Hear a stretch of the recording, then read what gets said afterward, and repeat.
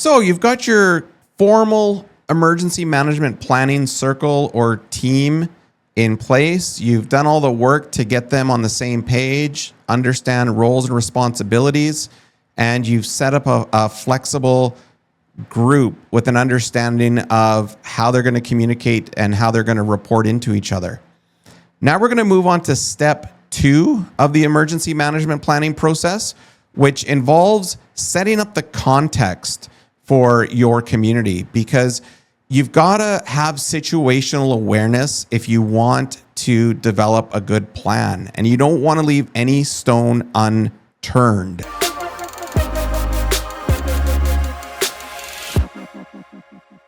So this is where having a diverse group of people are going to come into play, because you need to gather a lot of data and information. You need to pull demographics like population, age, average, or age.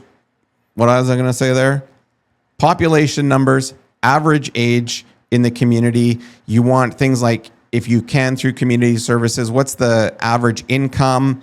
What are the health statistics of the community? This is maybe where you can even ask the RCMP to pull data on the types of calls they get, when they're more frequent, things like that. Even health services, ambulance, if you've got that, paramedics, if you have that. What is the average inputs of information and data coming from the community in all areas? Because that's going to drive your decision making. You want to use credible resources, and I would also recommend, if you have the capability to do GIS or geospatial information system mapping, take advantage of putting all this data and information onto a map.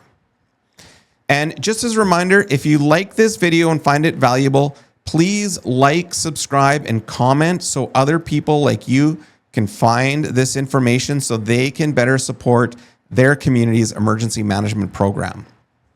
All right, so we've got the data gathered. We need to identify critical infrastructure. And this includes things like power grid placement of poles. Whoever you deal with whether it's ATCO or another utility provider, ask them for their maps, ask them for their asset maps.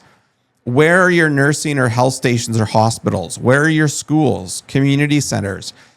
Any nation-owned assets you want to list and map. That would even include resources, because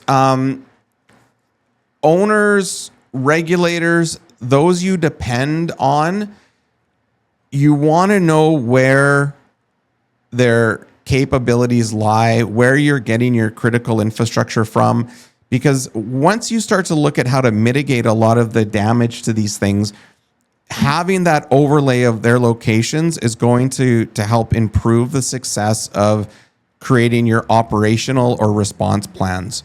And it's also going to make disaster recovery a lot easier, because then you can start to pinpoint where you need to restore, power, things that you need, water treatment first. Having all of that available and ready to deploy to contractors, tradespeople, even restoration crews, it's going to get you a step ahead of the game, because you don't want to be doing disaster recovery planning during a response. Catalog partners and resources. So again, on reserve businesses the nation engages with, even if you've got a corporate development arm, not-for-profits that support, supply chain actors, distributors, people that bring goods into the nation, like suppliers, like for food. If your school has a food program, who brings that food in? How does that happen? Stores, who brings in the food for the stores? You want to list anyone who can provide an essential good or service into the nation. And it might not even be for things that they normally do for you. So one example, if you have a food distributor that has refrigeration trucks that bring food into the nation, if your power goes out or you've got to bring in food for evacuees and you need extra storage, They might have a refrigeration trailer or reefer truck available that they can loan to you for a couple of months so you have large refrigeration services in the community. You want to understand their capabilities so when you're ready to develop courses of action and response plans, you know who's out there, what they have, and what they can supply you with.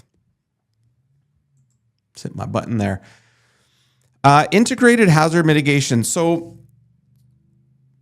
if your community's done mitigation, hazard mapping in the past, maybe they've done it for fire smart, fire breaks, flood mapping. Maybe there's geotechnical studies if you're in a slide or avalanche prone area. You want to bring all of that historical data and information into one place. One, to see if it's still relevant, because maybe it needs to be updated. But you want to at least use that to understand the threats and hazards that affect your community. And you want to have the best possible data you can, because you're going to overlay that onto your assets, things like that, for response and recovery. You want to create an analytical reference. This is where everything's going to come into one big single briefing, one big source of truth, because you want to be able to have this on hand. Because if you do have GIS expertise, if you do have others that you're going to be bringing into the planning cycle later, you want to be able to show and provide this to them so they've got it on hand and everyone is reading from the same baseline. Because if you do have to improve anything, bring in new hazard maps, bring in new courses of action, new data, at least now you've got a baseline. And if you do have an emergency event like a flood or a fire, you can kind of see how the actual event lined up against your baseline data, and you can do some more analysis against that, which will help you make decisions in the future. Assess risk. So now that you've compiled everything into one reference, you want to do a qualitative or quantitative analysis if you can. The quantitative analysis would be looking at likelihood and probability of each hazard and threat. If you've got some historical data on this, great. If you've got past stories from elders that kind of talk about, when things have happened in the past, that'll help you understand the likelihood and the probability. Or maybe you've had events in the past and you've got some insurance claims or data that can help you understand the impact from a financial sense. So for example, taking a look at all of the assets you own and that are maybe uninsured, finding out their value and their replacement value now can give you a pretty good sense of the impact that a disaster might have if your nation, your band building or a public works building are damaged and need to be replaced. That kind of data can help you develop good analysis to talk to chief and council about the impact and the overall risk. And you want to try to do your best to assign a high, medium, low, or numerical number to the risk. So I like to use a 1 through 5, with 5 being very high risk and 1 being low risk, or you could do high or low.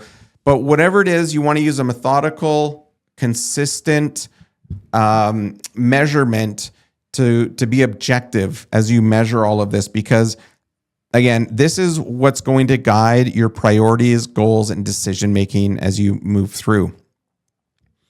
We've got lots of templates. If you're part of our Patreon, we've got lots of templates for these things, calculations, formulas that you can use. Rank your risks in priority from most severe to lowest. Estimate the resources that you would need to deal with each risk, whether it's shelter space, an evacuee center. Maybe you've got need to bring in, emergency paramedics, other crews or response crews, whatever it is. Prioritize your risks. Figure out what resources you need to deal with each one in a worst case scenario. separating your verified information, which would be things like credible statistics around population numbers, age of the community, ages, health issues in the community. Separate that from your planning assumptions. And when I say planning assumptions, that includes things like your flood mapping, your fire mapping. Even though those were probably done by engineers or researchers that are very good at their job, it's still an assumption. And you want to make sure that you have a good understanding of what's actual and what's assumed. So when you get into your planning, looking at this from a real world situation, you've got the ability to revise based on incidents that actually happen. So it's really good to understand those assumptions and to also let the community know that, just because you're showing them a flood map doesn't necessarily mean that's actually what could happen in a 1 in 100 year event. You want to provide some context that variables are always changing. All right, so that is a deep dive into step 2. Again, we've got lots of templates, other guidance on our Patreon. This is going to give you a very good sense of what you're dealing with at the community level, so you can now start to formulate your plans in step 3, which check out that video on our YouTube. Make sure you like and subscribe, and we'll see you later. Thanks for joining us at Hazardscape. You can subscribe to our YouTube and find our ad-free training videos by becoming a supporter on Patreon with a network of other Indigenous peoples looking to make their communities safer. And remember, know your hazardscape and be prepared.